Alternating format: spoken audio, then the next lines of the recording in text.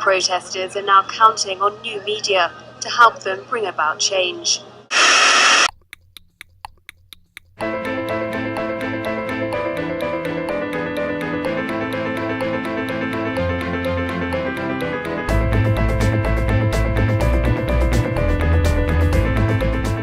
Having an active media program, particularly around what we see around social media these days, I think is very important, not only for the broader political context of the state, the local government, the state and national government, but also for our identities as students, teachers, mothers, right, and whatever it is we are.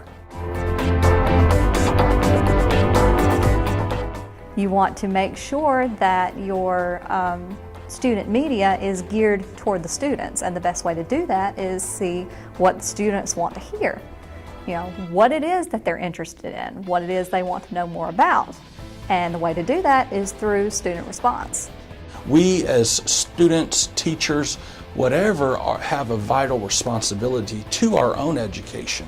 And the more that we can become part of that process, then we will be actively engaged not only in our own learning, but also to help others in the process of learning.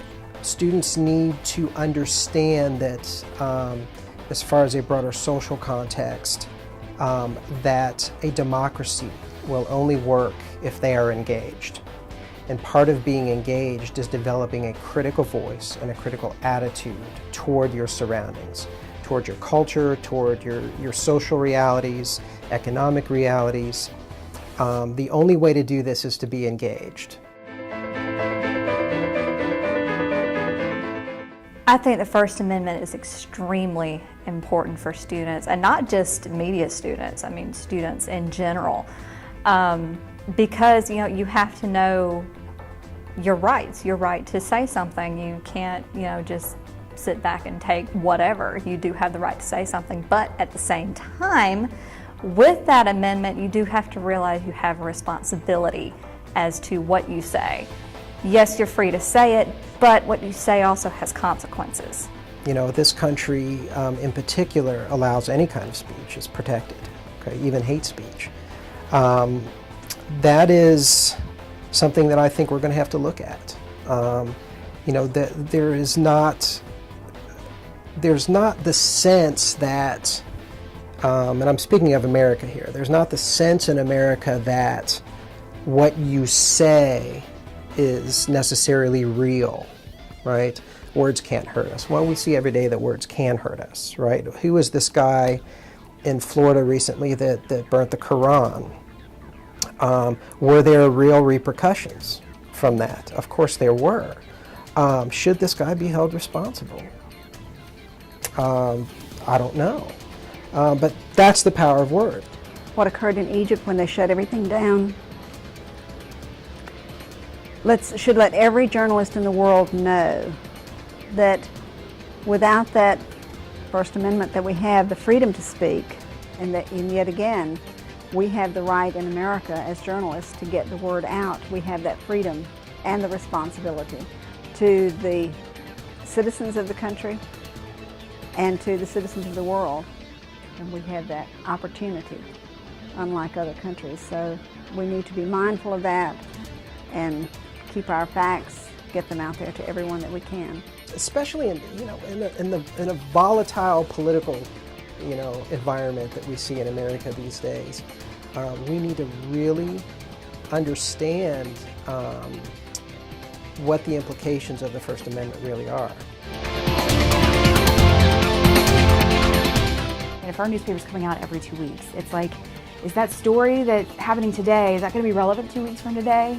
Or is it going to be relevant right now? And I post it on my webpage, my website, print it there, essentially, and it's immediately relevant. It's immediately important, right? So we've expected, and good or bad, we expect things now. We want to see them now. It basically boils down to space and time. You either have challenges based on distance, where You have to respond. I mean, think of it in the most traditional sense. You know, back in the times of Lincoln, you know, you had telegraph, you had horse, you had the ability to, have a newspaper move across country on train, but you didn't have any kind of instantaneous ability to conquer space. You didn't have the ability to pull up a telephone and talk to someone. You didn't have the ability to go on online or to have a television broadcast, breaking news kind of thing. Everything now is at the moment, as it's happening. Traditional media such as newspapers, magazines, it doesn't get it out timely. It does get it out more detailed, but it doesn't get it out as rapidly as everyone wants to have those facts out to them. Traditional media may or may not reach them. They might not be picking up the newspaper physically. Maybe they're all gone by the time they get there, but they can read it on their phone. They can read it on their computer. So they have much more access to the media when it branches out and becomes, on the internet and other versions. Without that, you might not catch them all. They might pass it by. I don't think that they're necessarily limited. I mean, these broadcast forms are still very prevalent within our culture, and I think that they're still very important. So I think that that's a positive thing. But it's not the only thing. I think that any student media organization, in order to educate as much as they can, in order to allow the students to participate as much as they can, need to utilize and understand communication in its broadest extent. And to ignore social media these days, I think, is probably a bad idea.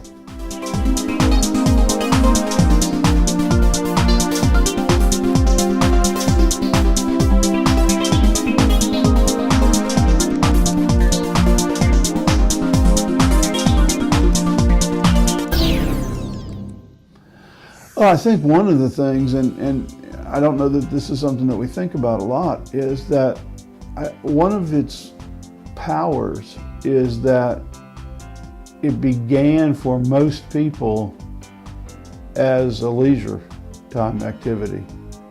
I mean, it began as entertainment, it began as fun, and Facebook, for example, hooked people not to do business of any kind. Initially, it hooked people to keep in touch with people, other people that they were friends with, or who they were friends with years ago and now re-established with. And so I think the fact that it came into our lives as a leisure time activity made us sort of more open toward other kinds of more, I don't want to say important, but more serious kinds of uses, where you can actually use the medium for things other than just catching up with friends. ENG, which is electronic news gathering, has changed the way that people are able to gather news and deliver news. Of course, we can take a small digital video camera with us, basically that we could almost fit in our pocket, and take it around with us everywhere. Maybe we'll see news happening right at the moment. In the olden days, they would think, well, I wish I would have had a camera, or I wish I would have been able to get my video of that. But now we are able to do that. We could even take our cell phones, for example, iPhones, all have video recording capability. We can just pull out our cell phone, take a little snippet of the video. We could even email that directly to the station, and so the time, the essence of time is there. We can also post it on Facebook and make comments there. So there's a lot of ways that student media can use the tools that are accessible to us right now with very little technical knowledge or very limited amount of money. We can invest in tools that 10 years ago were not even possible for us. We can create the news and deliver the news in really creative and interesting ways. all of your major television stations, radio stations, everything has a Facebook, a Twitter, social networkings. One of my favorite radio stations actually has a remote control radio where you get online and vote for the next song that's played. But that's kind of a frivolous example. But the whole job market's going that way. I've been to conferences where news anchors talked about while the news was going on, they were on their Facebook page talking to whoever was watching the news. We're getting to this whole thing of multimedia journalists where we're all asked to do a lot more. I used to be just an anchor or a reporter anchor, and now they're asking me to shoot and edit and web content. So tonight I was the station's Twitterer and web content guy. You have to be familiar with that and know how to use it. And even outside of student media, that's where everyone's going, is online. It doesn't necessarily have to be media related, CIT related, that sort of thing. Any company, any major corporation, even small businesses and things have websites, have Facebook accounts. That's how everyone's working now, and you have to be familiar with it. And your boss is certainly not going to look at you and ask what you had for breakfast that morning. Once you allow everyone to have a voice, there's going to be a certain amount of insipidity that's going to creep in. If that stuff is interesting for people, then that's fine. That is not going to be the stuff that's going to be poignant, that's going to draw people in. And I think that's some of the stuff that allows people to dismiss social media as being unimportant, and I think that's a mistake. We can look at current examples about how outlets are using Twitter. When a new entry is posted, a tweet can be sent out to hey, there's a new article posted about this, and I can get that and see whether or not I'm interested in going to look at it again. Facebook is good for that as well. I think one of the strengths that Facebook has, it allows communities to come together in an easy, accessible way for everybody. People are comfortable with the Facebook interface. It's not great. I think that there could be a lot of improvements to Facebook, and it seems like every step forward that they make with that is a couple steps back in some ways, but they're working on it.